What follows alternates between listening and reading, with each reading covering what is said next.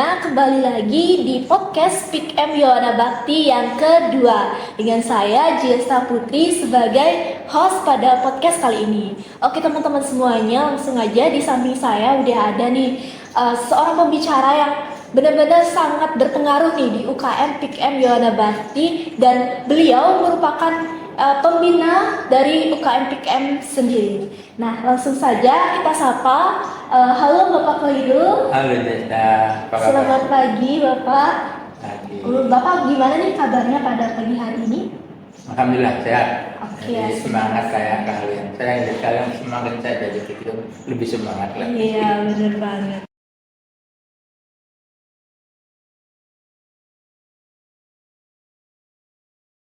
Oke, Bapak sebagai pembina UKM Pick M Yohana Bakti sendiri, nah mungkin Bapak bisa ceritakan sedikit nih mengenai apa sih itu UKM Pick M Yohana Bakti. Yang kita ketahui kan masih banyak nih teman-teman yang nonton mungkin masih nggak paham, masih kurang mengerti gitu tentang apa itu Pick M. Bisa dijelaskan sedikit Bapak mengenai pengertian dari UKM Pick M sendiri?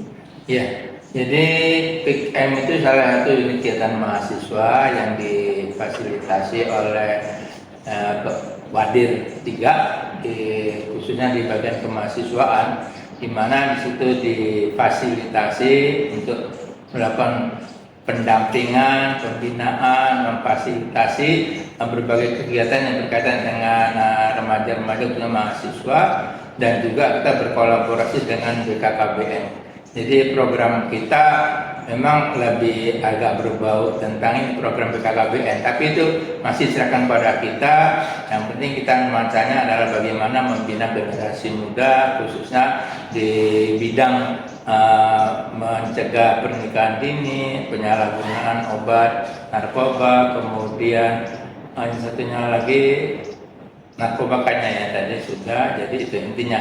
Jadi diharapkan kita nanti bisa membina remaja yang sebaya bisa dan di bawahnya. Saya kira itu.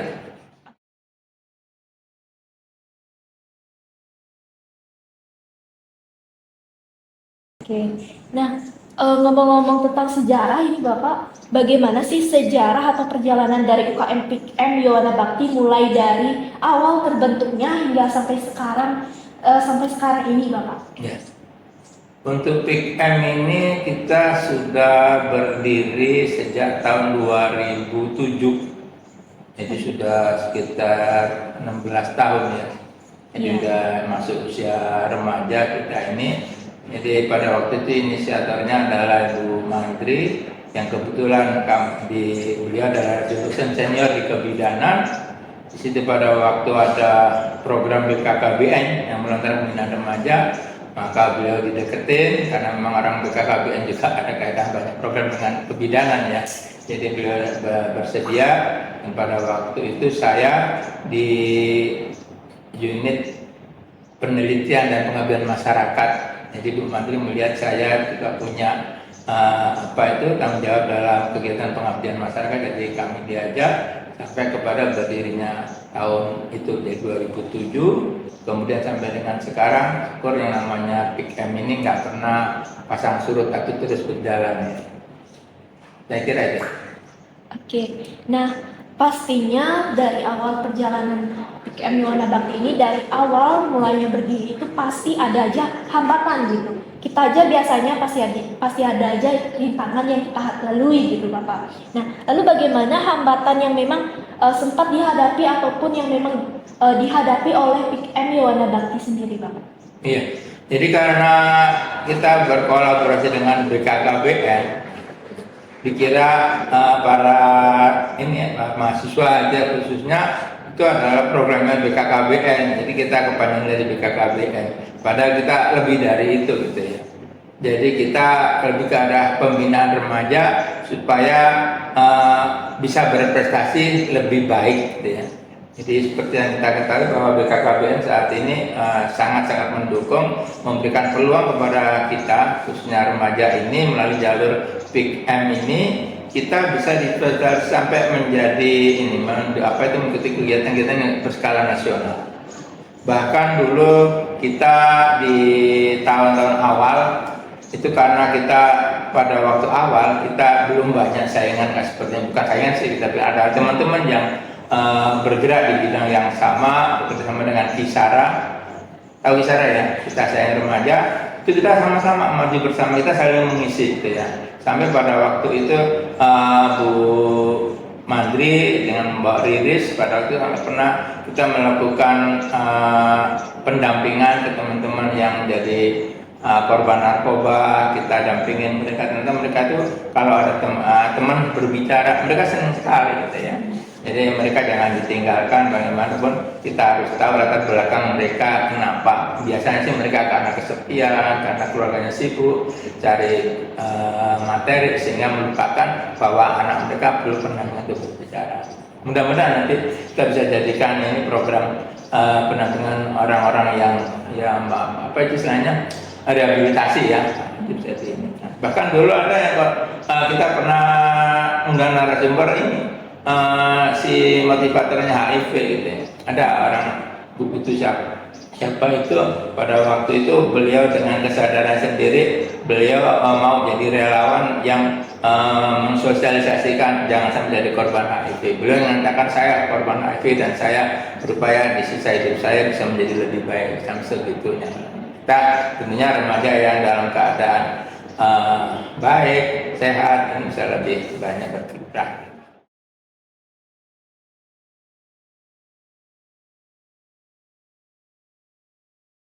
Oke. Nah, seperti yang kita ketahui, Mas, di suatu organisasi itu kan pasti dapat dikatakan berkembang atau berhasil jika segala faktor yang memang dibutuhkan dari organisasi tersebut dipenuhi atau terpenuhi gitu. Nah, salah satunya adalah di mana faktor sumber daya manusia yang ada dan juga bagaimana keaktifan dari anggota dalam suatu organisasi tersebut.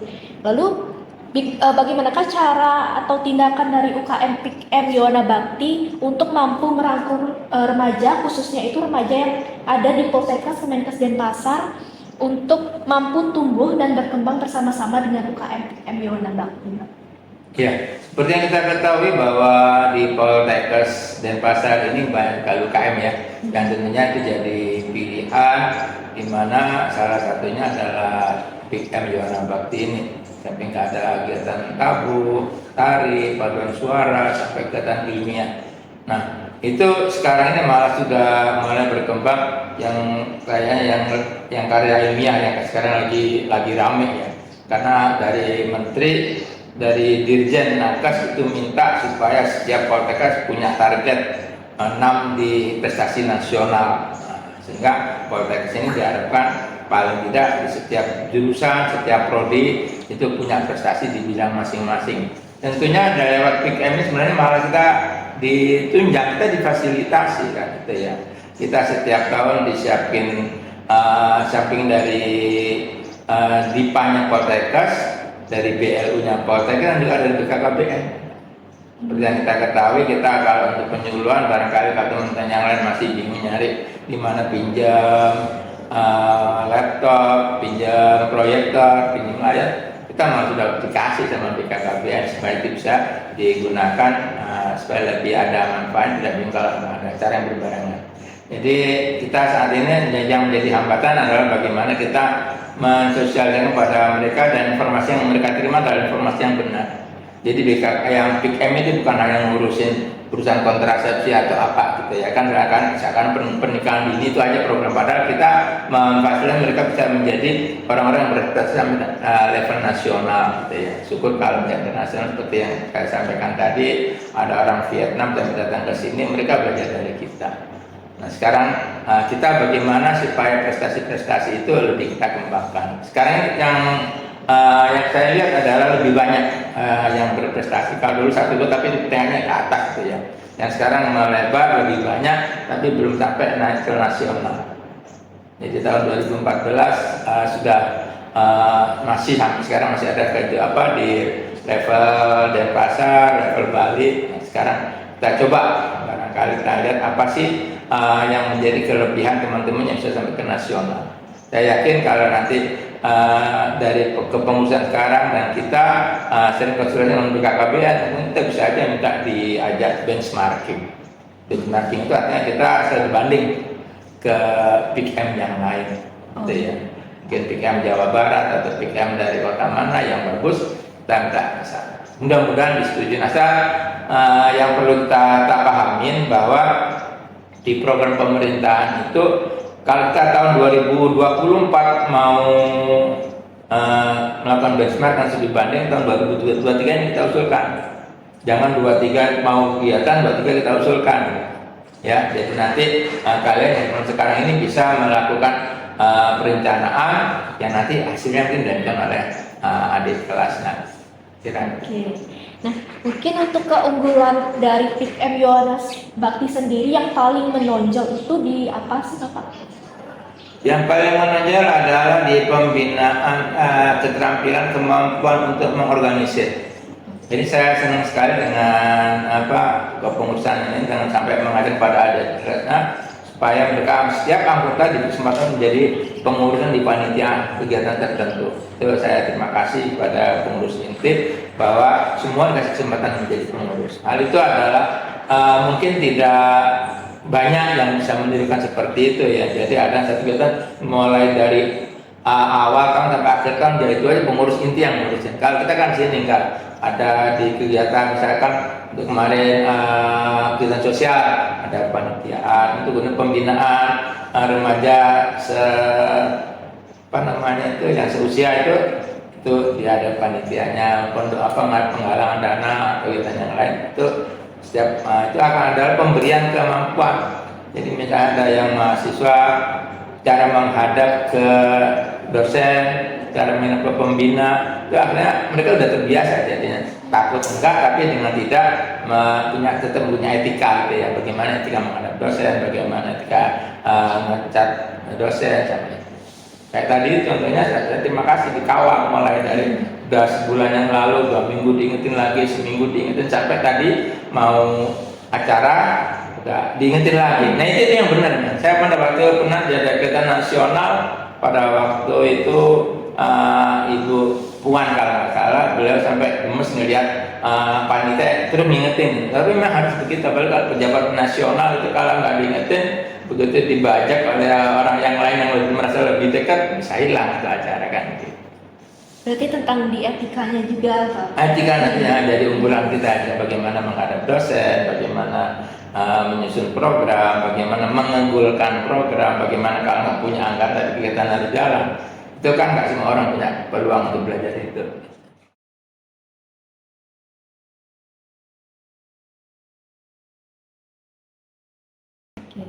Nah, kalau ngomongin tentang prestasi, tadi Bapak sempat singgung nih tadi prestasinya itu kan sudah banyak banget pastinya. Bisa Bapak jelaskan lebih rinci lagi prestasi-prestasi yang memang sudah pernah diraih oleh PIKM Yohanes Bakti itu, mungkin dari prestasi yang regional atau bahkan sampai ke nasional gitu. Iya. Kalau level kota dan pasar kayaknya jadi sarapan tiap hari itu. Jadi tiap tahun kita pasti ada teman-teman kita itu di level kota dan pasar punya peluang untuk menjadi juara berapa kali sampai ya minimal juara harapan paling tidak, tapi juara 1-2 sering juga. Nah di level provinsi dan level nasional juga berapa kali di beberapa tahun di awal itu sering juga gitu ya. Jadi dulu saya masih ingat pada waktu Wadir 3-nya Bu Sri Arjani yang sekarang beliau dosen senior di TLM itu sampai ngawal berapa kali di sana. Jadi karena beliau itu Wadir 3 dan memang punya kompetensi ngerias, menarik, sehingga beliau banyak ngasih masukan. Mudah-mudahan nanti di tahun-tahun berikutnya kita juga bisa diberikan pengawal gitu. Jadi kalau misalnya ini dari PIKM punya kegiatan yang mengunggulan, bagaimana saya dengar sekarang harus punya dibikin grup ya, komunitas yang harus punya anggota berapa 1.500 misalnya. Nah itu tentunya kita ada kolaborasi dengan orang IT ya. Kalau ini ada di lomba keterampilan kesenian, ya cari orang yang punya. Jadi jangan di PIKM-nya sendiri. Jadi PIKM itu adalah organisasi terbuka untuk berkolaborasi dengan orang lain. Kalau dulu di pembinaan penyalahgunaan narkoba itu kita biasa dengan Kisara ya, kita sayang remaja, Dokter Oka dulu sering berkolaborasi dengan kita. Kalau sekarang sudah ada juga kita dengan psikolog Bu Retno ya, itu juga sering ngasih pembinaan kita untuk masalah bagaimana penundaan usia nikah itu ya, jangan sampai nanti baru kuliah baru 1 semester sudah dilamar menikah gitu ya. Balik kemarin ada juga ada yang jadi program kita, jangan dulu hamil sebelum selesai kuliah kan gitu ya, itu yang saya suka. Biar nanti prestasinya keluar dulu lah. Sayang kalau usia sampai dengan usia 25 prestasinya tiba-tiba hilang karena sibukkan dengan rumah. Tapi itu rumah tangga itu sebenarnya prestasi ya, kita nggak boleh orang yang sudah lalu kita salahkan, jangan. Itu masing-masing orang punya pilihan. Mudah-mudahan kita yang punya peluang berprestasi, kita berprestasi. Saya kira itu.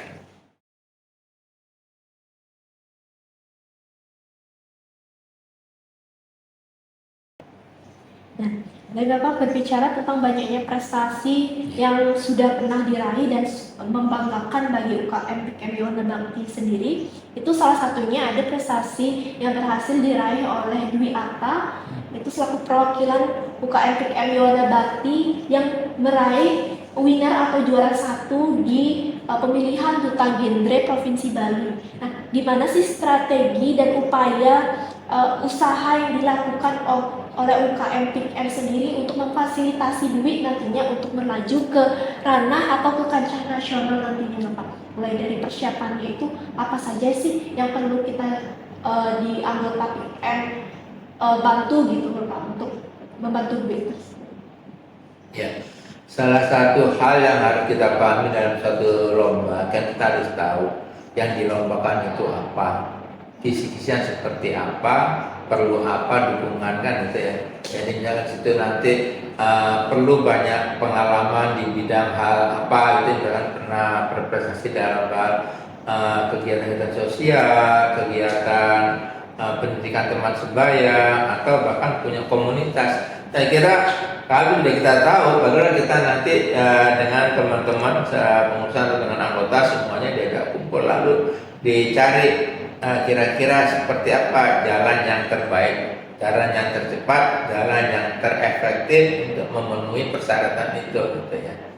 Saya kira misalkan saya pernah dengar bahwa punya komunitas dengan anggota sekitar 1.500 itu misalnya ya. Kalau dengan kalian punya anggota, katakanlah kalian punya 50 aja masing-masing orang, kemudian ditarget aja cari anggota saudara-saudara atau keluargamu 30 orang aja udah pasti tercapai. Tapi tentunya tidak mudah disampaikan secara lisan, tapi dalam pelaksanaan setiap orang itu beda-beda. Nggak bisa kita katakan udah rata-rata segini.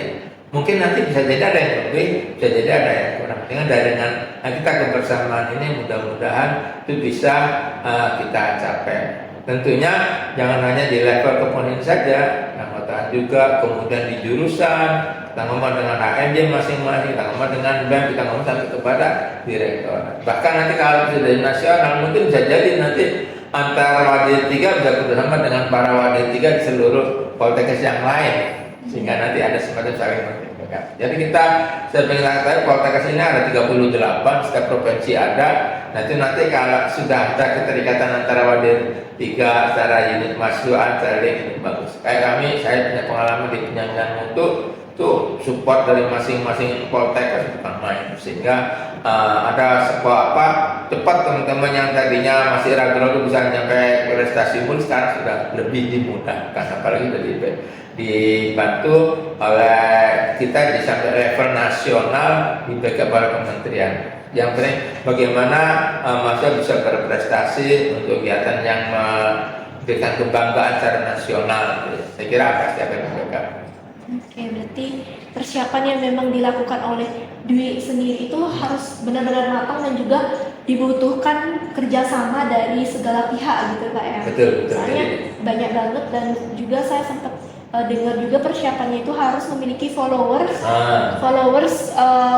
minimal itu kayaknya kurang lebih 5.000 gitu. 5.000. Ya, tentunya itu benar-benar harus kita push lagi gitu. Nah, dari dukungan fasilitas seperti pelatihan life skill sendiri di UKM PIKM berarti terus dilaksanakan atau bagaimana? Saya kira itu jadi menu wajib kita gitu ya. Jadi tiap tahun kalau bisa harus, bukan kalau bisa, harus bisa. Karena justru itu istilahnya menjadi penciri kita. Ibarat kamu kalau misalkan kamu masih PTL ya, Saya jika dulu. JKB, kalau orang ngakunya belajar JKB tidak pernah dorong persalinan, apa kata dunia gitu ya. Jadi karena pengalamannya justru dari situ. Jadi kalau sudah pernah menjadi anggota PIK kan ya harus pernah terpapar dengan life skill. Itu kan kita ajarkan baik sebagai pribadi, sebagai kelompok, sebagai masyarakat, kita mau belajar. Dan untungnya kita ini sudah disiapkan kurikulumnya. Ini loh yang kamu pelajari supaya pada waktu menghadapi masyarakat, apa yang kamu sampaikan, bagaimana cara kamu ngomong, media juga sudah disiapin, bagaimana kita disupport dengan mulai dari ada laptop, ada proyektor, ada barangkali kalau kegiatan kalian bagus pasti support kan sama ini, baik Poltekkes maupun BKKBN. Itu yang namanya kita. Nah, kalau kerjasama yang dilakukan oleh UKM PIKM sendiri itu dari mana saja Bapak? Mungkin dari alumni yang ikut bekerja sama juga atau dari pihak-pihak lain juga ada kerjasamanya? Ya, selama ini baik dengan alumni support luar biasa ya, dari yang dari mulai angkatan pertama. Kalau kita sudah diajak berdiskusi dengan Bu Mandri, beliau daya ingatnya luar biasa. Beliau pasti ngasih masukan, tolong hubungin ini nomor HP-nya, silakan hubungin. Jadi kalau dengan Bu Mandri seperti itu. Kalau saya tentunya yang beberapa orang yang saya tahu pasti akan dihentikan. Makanya kalau bisa nanti bikin komunitas PIKM, saya lihat sudah punya ya kayaknya, jadi beberapa PIKM di mana kalau saya lihat beberapa kali, ini sudah jadi media komunikasi. Ini kan jadi mohon pada senior supaya, jadi 5.000 tadi follower itu kalau kamu punya teman sekitar 1.000 sebenarnya kan cuma 5 orang. Nah 1.000 itu mulai tahun 2007 kalau sekarang ada seperti, jadi bina semacam kebersamaan, rasa kebersamaan itu insya Allah kita akan jadi lebih mudah, mau ngapain juga sudah ada ininya. Jadi ibarat orang kita tuh masuk hutan sudah ada jalan jalan setapaknya untuk tahu mau kemana ini. Kalau lurus mau kemana, kalau belok kemana, belok kiri mau kemana, kita sudah punya. Oke.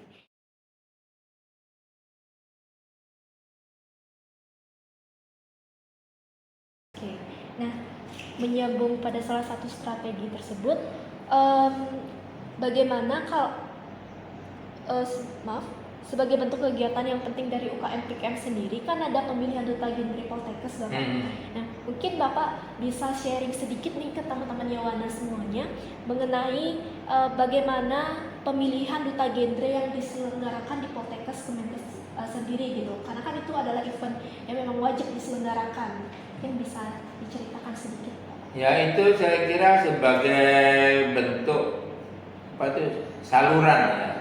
Artinya menyalurkan bakat dari teman-teman remaja atau mahasiswa yang ingin berprestasi sampai ke level nasional, itu di duta genre ini gitu ya. Di duta genre ini kami di direktorat di Poltekkes itu sudah memfasilitasi, bahkan disiapkan anggaran untuk pembinaan supaya bisa masuk ke level duta genre. Bahkan direktur kita yang sekarang ini sudah mewajibkan pada kita, kalau memang ada sampai berhasil di level nasional akan terus di backup. Apa kebutuhannya, kemudian pendampingan itu berupa D3 dan mahasiswa sudah siap gitu ya. Apalagi kalau sudah jurusan, karena ini adalah istilahnya menjadi target bahwa kita punya prestasi, ya itu masing-masing itu akan membackup sekali. Oke. Nah, tujuan dari pemilihan duta genre ini apakah sekedar hanya untuk menuntut prestasi saja atau memang ada tujuan lain menurut Bapak selaku pembina UKM? Tujuan besarnya itu kan kita adalah membina potensi yang ada di setiap orang ya. Setiap orang itu pasti punya potensi yang kira-kira kalau disalurkan dia akan bisa menjadi lebih baik, akan muncul prestasi-prestasi itu ya.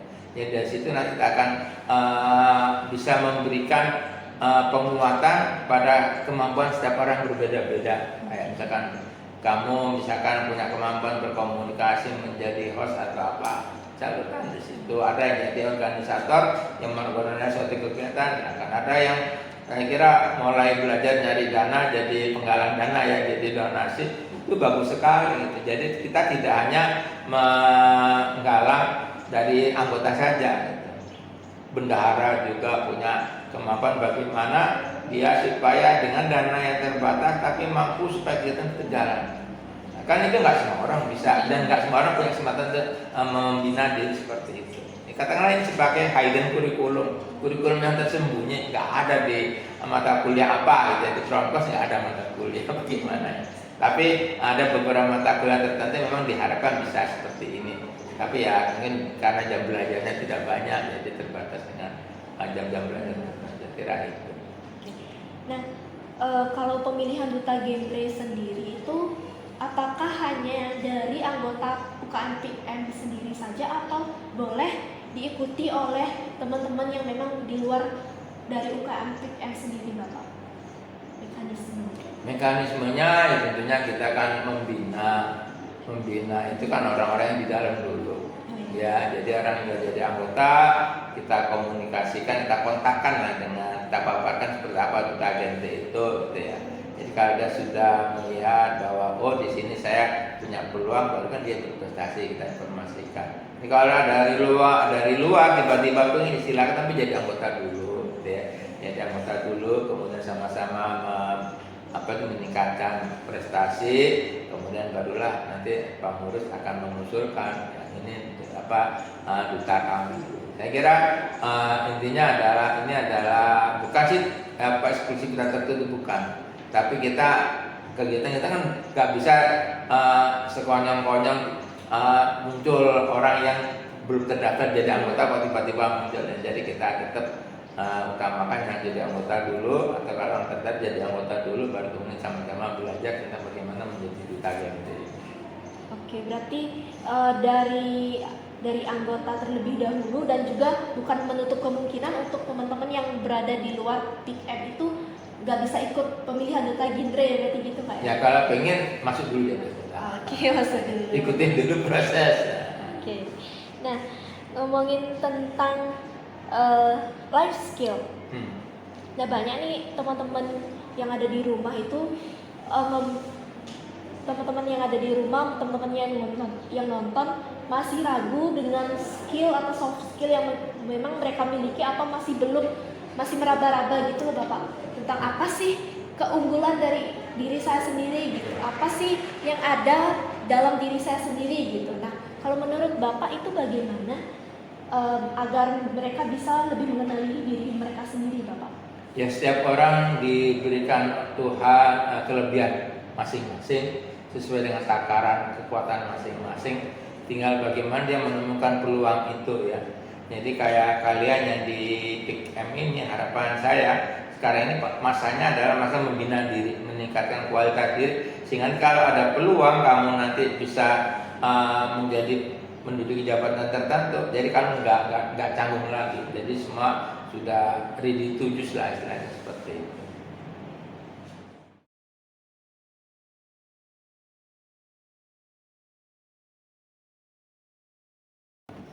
Nah, Bapak menyambung tentang peran dari UKM PIKM. Nah, yang kita ketahui kalau UKM PIK itu sendiri bergerak di bidang remaja atau lingkupnya itu di bidang remaja.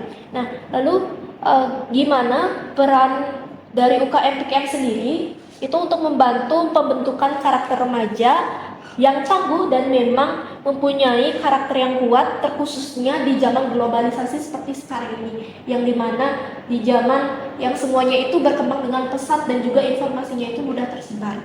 Nah, gimana sih peran dari UKM PIKM sendiri? Ya.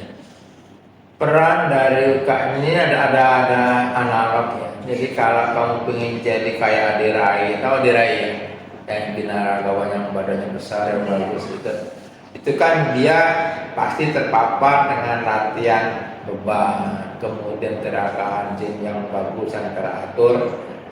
Artinya terus dia berhadapan dengan masalah-masalah, mau latihan. Nah, di PIKM juga begitu. Kalian dengan memberikan kegiatan yang rutin setiap minggu sekali, itu ada kegiatan yang sama, yang kira-kira terus berjenjang, itu akan membuat karakter kalian dan karakter orang yang kuat, gitu ya. Karena apa?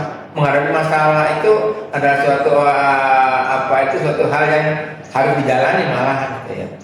Ibarat ada pepatah begini, kalau kamu ingin jadi pemenang, carilah orang yang pernah atau orang yang berhasil.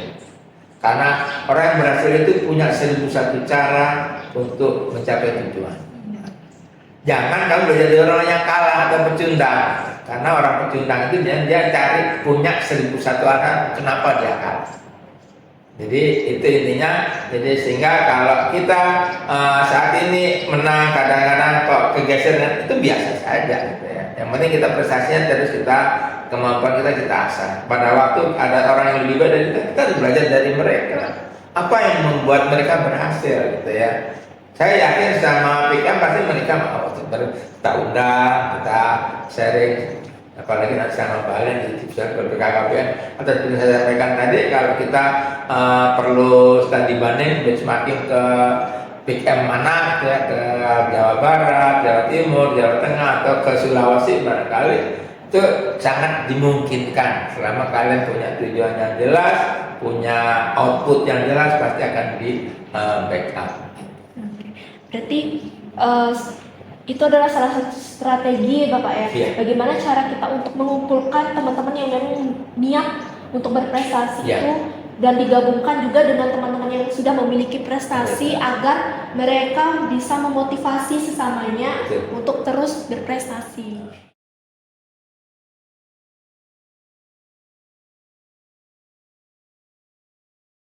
Nah, untuk pertanyaan terakhir dan sekaligus untuk menutup pertanyaan ini, dari Bapak sendiri sebagai pembina PIKM, Bapak punya nggak sih tips dan kiat bagi remaja, terkhususnya bagi teman-teman Yohana yang sedang menonton podcast ini, untuk mampu tumbuh menjadi remaja yang tangguh, remaja yang peduli, memiliki karakter, dan juga berani untuk melawan teriak KRR, yaitu damsa, seksualitas, dan juga tentang HIV/AIDS.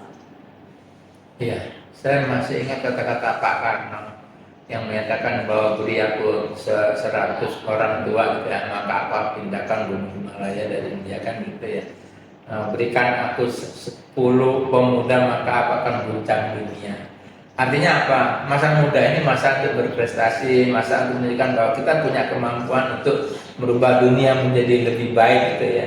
Jadi kita rangkul teman-teman kita yang mau bergabung, yang pengen belajar, yang pengen berprestasi, lalu kemudian kita tunjukkan di sini kita punya peluang untuk menjadi orang yang berkarakter, yang kuat, cerdas, dan seterusnya itu. Saya kira itu. Mudah-mudahan yang sudah dilakukan oleh pengurus saat ini, jadi itu akan ada hasilnya. Jadi saya pernah mengatakan pada kalian bahwa beda Supratman dengan Suparman dengan Superman itu hanya ada di nama, tapi di prestasi itu menjadi hal yang sangat berbeda pada saat kita memprestasikan Pak Supratman punya kenangan lagu Sarai sejak tahun 1928 sampai sekarang masih dinyanyikan orang. Superman itu pernah membantu orang yang memang perang dunia dibatalkan, tapi kalau Superman kan itu fiksi ya, tapi kalau Supratman itu benar-benar. Kalau Suparman yang dagang sapi di sebelah itu udah hilang 10 tahun yang lalu karena tidak ada bekasnya. Tinggal kita mau memposisikan diri sebagai apa? Apakah menjadi orang yang akan dikenal lebih lama, atau setelah nanti kita suwut jadi mahasiswa selesai kita nggak ada kenangan apa-apa. Baik.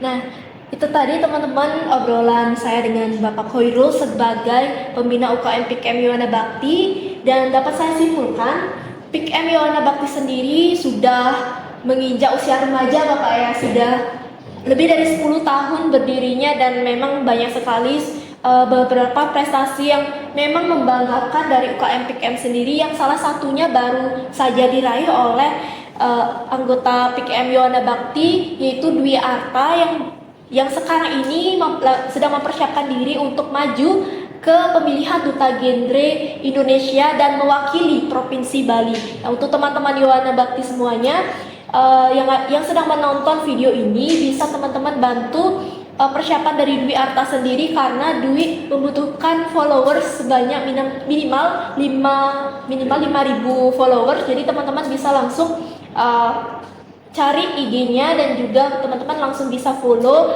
dan dimana satu follow dari teman-teman sekalian dapat membantu Dwi untuk maju dan lolos ke pemilihan Duta Genre Indonesia. Nah, mungkin sekian saja Bapak. Saya perwakilan dari teman-teman panitia semuanya, saya ucapkan terima kasih kepada Bapak karena sudah menyempatkan hadir di tengah kesibukan Bapak, dan juga terima kasih karena sudah menjadi narasumber dan pembicara kita pada podcast kali ini.